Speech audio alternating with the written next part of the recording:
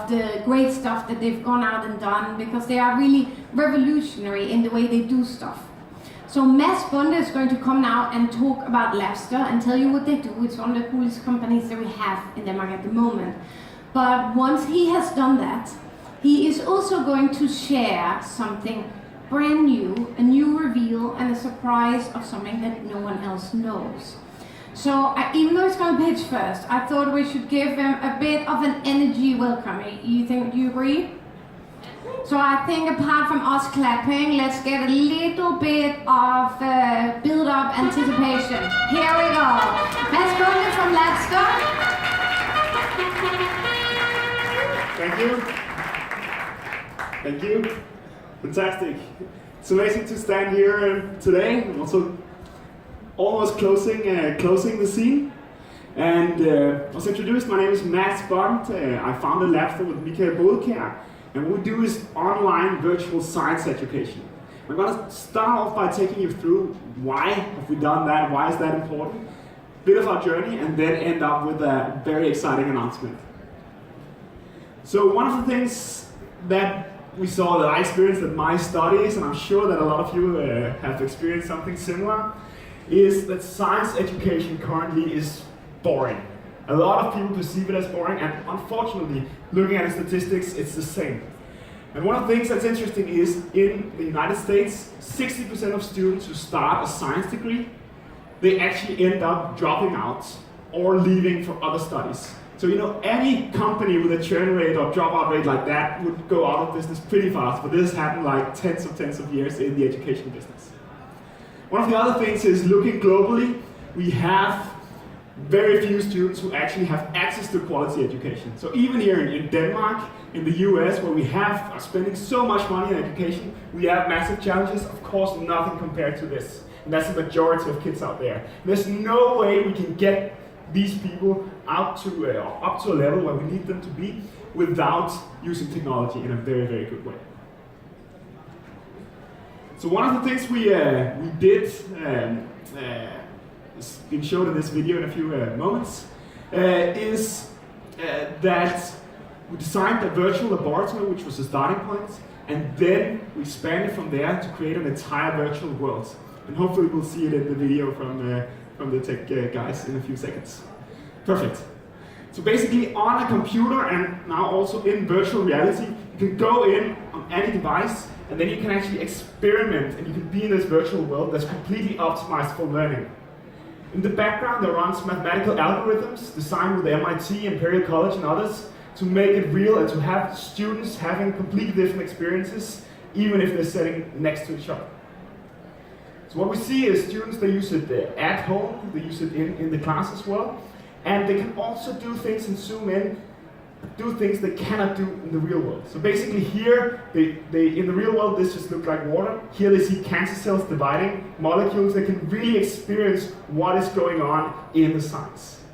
We have explosions as well. Everyone loves explosions. And dangerous bacteria. So basically you can do things that goes beyond what you can do even in the real world. We've integrated all of this with the quiz questions, interaction with virtual characters. We collect a lot of data, even brain scanning the students and seeing their emotions. And then we have put it all into a game environment, meaning that here we have a polluted lake, for instance. You have to figure out what has gone wrong. Here we have a cancer patient. You need to solve what's gone wrong with cancer. And here a crime scene, like CSI, but you really need to go in and see what has actually happened. You talk to the detective, you take the blood sample, and everything you go through is learning about the topics that otherwise you'll read about in a book. So what we've done is partner with some of the best universities in the world, MIT, Stanford, Berkeley, Imperial College, and all the universities in Denmark. And that means that now we have a global presence. We can see that the same product here is working in a poor school in Asia, as well as an Ivy League college in the US. And that's also really part of our vision, to unify the access to education in this way. We also have corporate partners now. Here is a picture from the Middle East. This is a ruler of Dubai and the United Arab Emirates that is trying on Labster. We got on the front pages there, which was quite exciting journey. So I can highly recommend, if you are curious to learn more, my partner Michael launched this TED Talk some time ago, where we really go in and see in more depth than I can explain here what Labster is all about. So here's another video that's a bit fun. We can just play it and then I'll say a few words. This is just a typical reaction from the first student. Wow, I was just blown. That was cool. Oh my goodness, I love this. Do you sell these? So the interesting thing here is that what we see, and what is actually a bit controversial in this space, is that the ones who get the most out of using a game-like environment in VR, but also on the computer, is the most challenged students. And one thing that I experienced early on that really encouraged me to go down this path was I was at a high school in a really challenged area, and on the back row there was these guys, and they didn't care at all about what the teacher or I was telling them at all. They were just on Facebook and doing that. And I thought it was pretty exciting what I was presenting there, but it didn't get through. Then afterwards we went to do the game, learn about DNA, etc. And these exact same guys were the most active. What they did basically was to say, hey, what is DNA? Okay, see here. And then how do I kill the mouse? And it wasn't the purpose to kill the mouse, they should save the mouse. But they learned exactly the same by going through this process, and it really caught them. And what has been interesting in the past years is that now we can see this in all the data we collect. We can see that the most challenged actually are the ones who improve the most. And normally in a lecture it's the reverse. If somebody is really challenged, they're often lost in the first half hour, and then it's really hard for them to follow anything else that's going on from there. One of the things that we have done in the past years as well is through a grant from the Innovation Foundation here in Denmark. We've been able to partner with corporates, some of the big laboratory and biotech companies, to really take the simulations to the next level, make them accurate, but also make sure that it's really relevant what the students learn for what they actually have to do when they go out and get a job. And if anyone of you are working with any biotech, send them to us, that would be great. So briefly, I think a topic here that a lot is caring about is in terms of funding. And we did things a little bit differently to some extent. Early on, very bootstrapped, sold the first products before we had anything to ship, which is more and more common now, which worked really well, worked like crazy to deliver that. But then we received grants from the Innovation Foundation, the Market Development Foundation, and the EU, and that allowed us to partner with both our customers and the universities to really develop a very, very solid product that we're now leveraging. And then we could take that, and based on funding from the Growth Foundation alone from there, we could take that and scale it also out to a global presence. Then we had an interesting experience because we thought we would just keep on growing organically and like this and avoid the big bad VCs. That was the hypothesis at that time. Then we were approached, interestingly, last year by a strategic investor who sent the whole charm offensive, a private jet that flew us to a big house, etc., and really wanted to do a partnership with us. So that really got us thinking and making all the plans of what could we do with more funding in terms of achieving our vision. We made all the plans, and then we decided to say, okay, looking at this, going for a venture capital, the right partner, is what we believe is right for the company. To change the world the way we want to do, we need the capital to get to the next stage.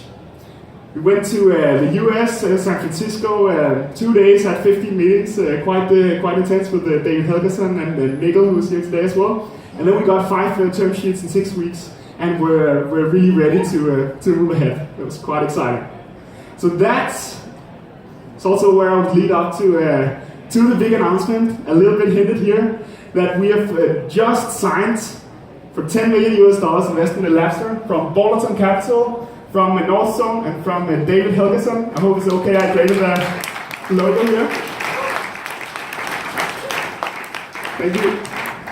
And this is extremely exciting to take us to the next level, to really say we have a product now, we can see it works from Asia to globally, but we really need to get it out there to as many students as possible and ramp up the sales and marketing, and this will be extremely exciting. And hopefully tomorrow when we have a board meeting, we'll still be excited, all of us, I'm sure. So, look very much forward to the next part of this journey.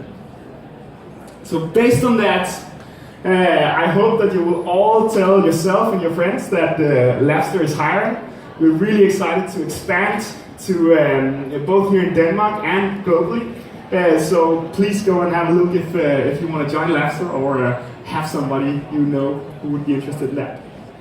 And in the end here, just want to thank all our supporters, definitely the foundations, and I hope also that we can remember that there are challenges in Denmark, but we also have an environment with support from the government, etc., that is actually quite good globally, especially if we can take the last steps there. So thank you very much, and I'm really, really excited to come back here again next year. How cool! Yeah. Amazing stuff, right? They've had a very inspiring journey. They've done a lot of stuff in a different way, and now $10 million. Very cool. Thank you, Matt. Amazing stuff. Now we have the last crazy little bit of startup news before we're going to round off, and good on you for those that have waited for it, because I promise this is something quite different. Now I am going to introduce you in a second to Troels from Seaborg, and he runs what he calls probably the only moonshot in Scandinavia. They do something as untraditional in startup terms as designing nuclear reactors.